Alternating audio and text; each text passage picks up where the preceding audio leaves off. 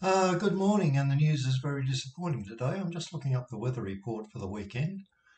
And if we go down here and we look at Sydney, yes, hardly any rain, but currently the track is heavy. So the best we can expect is a slow track for Saturday, and at least that'll make the big race worth having a look. In Victoria, the news is all bad. Have a look at this. Melbourne's already heavy 10. If we have a look at the forecast, 61 millimetres of rain today. Seriously. So is the detailed forecast. The current conditions says there's only been 1.4 millimetres, and the radar says there's rain about everywhere. However, so the detailed forecast is not happening at the moment, which is good, but nevertheless, there's no way we're going to get less than a heavy track on Saturday, I would expect. So even though Saturday will be clear and probably Friday will be reasonably clear, get any amount of that rain and we are in big trouble for the weekend. Okay, so let's have a look because it's Caulfield Cup day. But first of all, we'll have a look at the Everest. Very interesting rate as always. And somehow or other they managed to put Giga Kick as a 100 to 1 shot. But the form has been absolutely outstanding. The one last start over 1100 at Flemington was never going to lose. At Caulfield is one on the track. Flemington there once again. Sale, don't worry about that. But the reality is the last two runs have been very, very high. So even if you look at the weight rating, it's 97.5, 97.5. That's a very high rating. Okay, and looking at private eye, last start was a Flemington winner over the 1200 metres, which is particularly good. One in 68.33. That's an absolutely outstanding time. Now the thing is, it has also won two runs on a heavy track, so it's shown that it's capable of doing that. It's second up today, but over the 1200 metres should be easy. Matter of fact, if we go back to last prep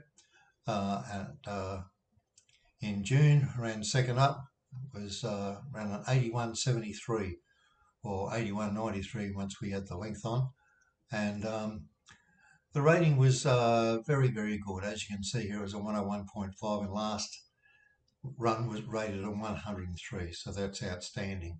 So I'm going to stick with those two.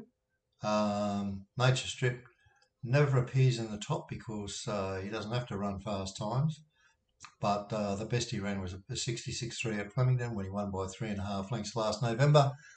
And of course, he did win in England by nearly 5 lengths. Now, that would have something to do with the fact that the English don't breed a lot of sprinters, but nevertheless, can't be ignored. And even though he's getting older, still winning, still has a 56% strike rate. So he'll be in the running for certain.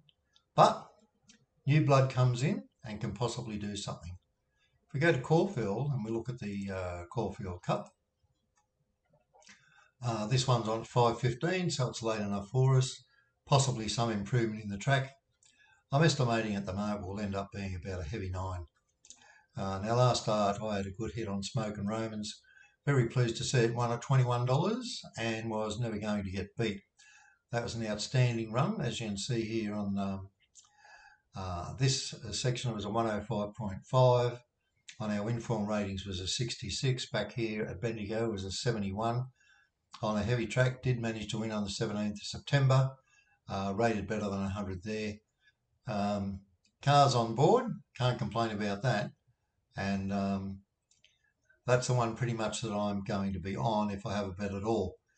Just that I don't particularly like betting on wet tracks, but Caulfield Cup runs around once a year. Now you're looking at Crystal Pegasus, ran a nice race at Rose Hill. That was back in January, a 71.8. Also has had ratings over 100 in that winning streak there. But 3 runs from a spell has hardly put a foot right. So that's a bit of a concern. But on its best form, it could do something.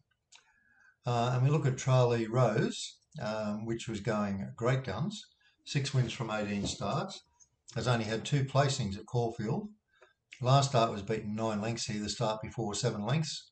That makes it very, very difficult. Did win the Geelong Cup last year, which gives it a good chance, as you might imagine. But nevertheless, is definitely out of form, and that makes it just so much harder. Now, I've got the ability to put a speed rating on here. As you can see here, that Smoke and Roman still comes up in the second spot. So second fastest because he's pretty much a leader. Now, he's drawn barrier 5. And that gives the opportunity for him to lead without too much mucking around. Knight's Order, it comes up as an on-pacer as well, and also a winner on heavy tracks. You can see it won over 3,200 metres, and obviously that was in the Sydney Cup. Pardon me. Pardon me, I don't want to have to record this again, but as you probably know, I've been a bit unwell, and persistent coughing was one of them. But I'm pretty much over it now.